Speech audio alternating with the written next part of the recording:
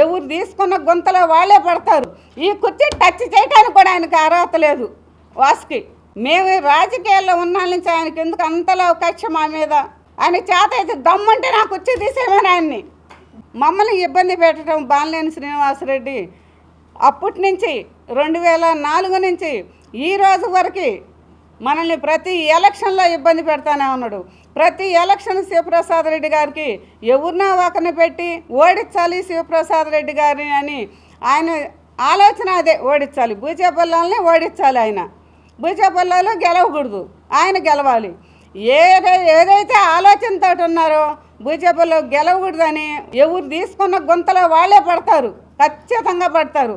ఆయన ఏదైతే ఆలోచన చేశాడో ఆయన ఆలోచన ఆయనకే కొట్టింది, ఆయనే ఓడిపోయాడు. శివప్రసాద్ రెడ్డి గారు ఎంతమంది ఎన్ని చేసినా కూడా శివప్రసాద్ రెడ్డి గారు గెలవటం జరిగింది. నిన్న మీటింగ్లో ఏం చెప్పాడు? బూచేపల్లి వెంకాయమ్మ సీటుని నేను లాగేస్తాను అని అన్నాడు.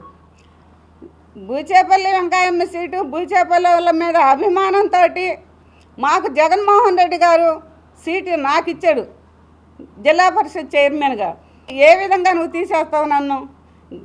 అసలు ఈ కుర్చీ టచ్ చేయడానికి కూడా ఆయనకి అర్హత లేదు వాసుకి. ఏం అర్హత ఉందని ఆయన నా కుర్చీ లాగేస్తాడు? నాతో పాటు జడ్పీటీసీలు అందరూ ఉన్నారు, ఎవ్వరు పోయేవాళ్ళు కూడా లేరు, నువ్వు రమ్మన్నా కూడా వచ్చేవాళ్ళు లేరు. బూచేపల్లి కుటుంబం ఏ విధంగా ఉందో అందరికీ తెలుసు. జిల్లాలో ఎవరి దగ్గర లంచాలు తీసుకునే వాళ్ళు బూచేపల్లి వాళ్ళు కాదు. 2004 నుంచి మేము రాజకీయంలో ఉన్నాం. మా సుబ్బారెడ్డి గారు ఆశయాలు ఏవైతే ఉన్నాయో ఆయన ఏంటంటే ఒకరికి పెట్టే విధానమే కానీ ఒకరి కాడ లాక్కునే అలవాటు లేదు. ఎవరి దగ్గర లంచాలు తీసుకునే అలవాటు కూడా మాకు లేదు. వాసుకు ఇంకొకసారి చెబుతున్నా, మా కుటుంబం నీలాగా అందరి దగ్గర లంచాలు తీసుకునే కుటుంబం కాదు మాది. ఆ విధంగా మాకు సుబ్బారెడ్డి గారు రాజకీయం నేర్పాడు. ఇటువంటి రాజకీయాలు మా మీద బురద చల్లొద్దని బాలినేని శ్రీనివాసరెడ్డి గారికి చెబుతున్నాను. మేము రాజకీయాల్లో ఉన్న నుంచి ఆయనకి ఎందుకు అంతలో కక్ష మా మీద? అటువంటి రాజకీయాలు చేయకూడదు. ఆయన ఆ విధంగా కూడా మా మీద మాట్లాడితే నా చైర్మన్ నేను చైర్మన్ని నా కుర్చీ లాగుతాడంట. లాగమని వచ్చి ఆయన చేత అయితే దమ్ముంటే నా కుర్చీ తీసేయమని ఆయన్ని ఏ విధంగా తీసేస్తాడు తీసేయమని. నీ అంటే ఏ జడ్పీటీసీలు వస్తారో తీసుకో నువ్వు.